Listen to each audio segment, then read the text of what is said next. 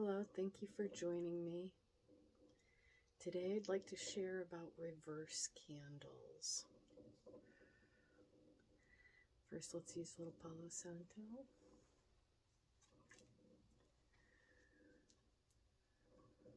And as we just clear the energy from the day, letting go of anything that doesn't serve you. Taking a nice deep breath in your nose and out of your mouth.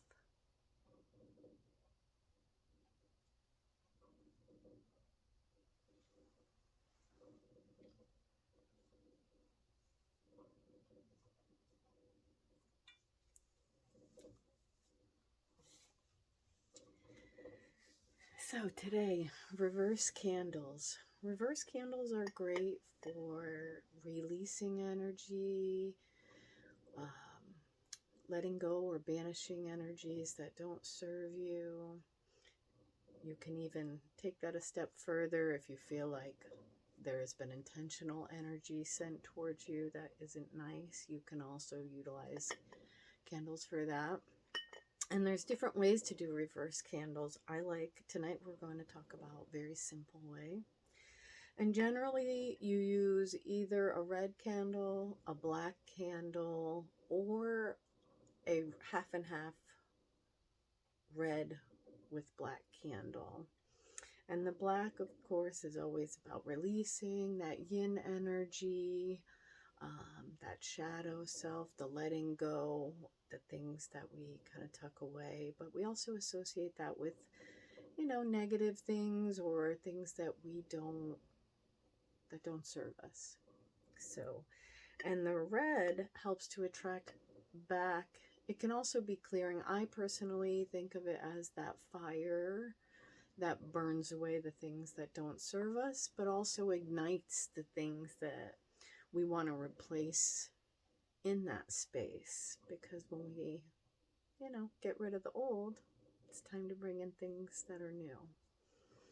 Reverse candles are great to do during the new moon or just before the new moon, during the dark moon. That's today, actually. Got my fancy moon shirt on, new moon shirt. So there's a few ways to do this. The basic way, where I'm utilizing this today to let go of any blockages that don't serve me, also for the people that I connect with as well. They can connect with this candle and utilize that energy too without having to burn your own candle. I bought this candle at a local botanica called Botanica Yamanja in Danbury, Connecticut. There's also a botanica, same name, Yamanja, in Chicopee, Massachusetts. That was the first place I went to get the candle. It had been recommended to me to do a monthly clearing, utilizing a reverse candle if possible. And that was with the healing with Rachel Stavis. She's a great healer and writer. The Modern Exorcist is her book, so check it out. I'll put links for all of these things below. And so back to the candle. So I talked to Junior from Botanica Yamanja in Chicopee, and he suggested just very simply buying the regular candle, but making sure that it has a wick that you can pull out from the bottom. So this is a regular 7-day candle. Lately I've noticed with all the shipping issues and things, they're getting more replacement candles and selling it for a different price with the glass. So I normally save things like that anyway to reuse them. So just be mindful of that. If you're going to the store and you're getting one that's already in the glass, make sure to be mindful it's one that's not stuck in the glass. You need to be able to pull it out just like this so that you can take the wick from the bottom and then reverse the candle putting the wick in through the top. And now this way, the candle is reversed. The energy and the intention is reversed to let go of things. You can also, when you're getting your candle ready, you can utilize different herbs or essential oils. Be careful with dry herbs, obviously. They catch fire. Don't want that. But we can use different essential oils to help empower what you're trying to release and recharge your life with. Tonight, I'll be actually lighting this candle before the darkest part of the moon, so that I have that intention of bringing myself through the release and bringing all those who would like to join me through that release of energy, the letting go, the clearing, the old programming, blockages, trauma, energy, anything that doesn't serve you, to let that go as the energy of the moon is just starting to dissipate. And then we have that darkness, and this candle will burn a week, give or take.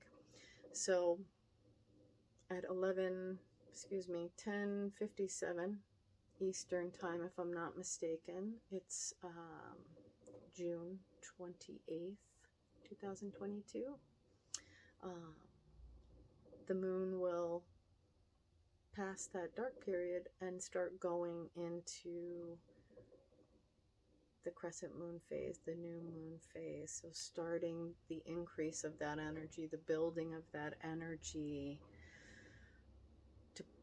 So this is a good time for us to plant seeds, to bring in new habits, to fill that energy that we've just cleared in order to create the space for all the beautiful new things that we'd like to see as a part of our lives. You know, most of the time we just get caught in that old hang up of, let me just go, and do the things we're expected to do, of course, but we forget to do the things for ourselves. So even remembering letting go of old habits that don't serve you, that make you not feel well, that keep you from moving on to that next step of who you truly are and honoring your divine being, the divine person that is you, the energetic being that is in this body, this nice little meat suit we get to wear for a while, that we have to take care of. We have to take great care of, and we always seem to learn that the hard way. No, I have. So, with this reverse candle, we can do our meditation. Obviously, if this is burning for days at a time, be extremely mindful. I usually have mine. I'm lucky to be working from home here and there. So I put mine in a big metal bin in the evening.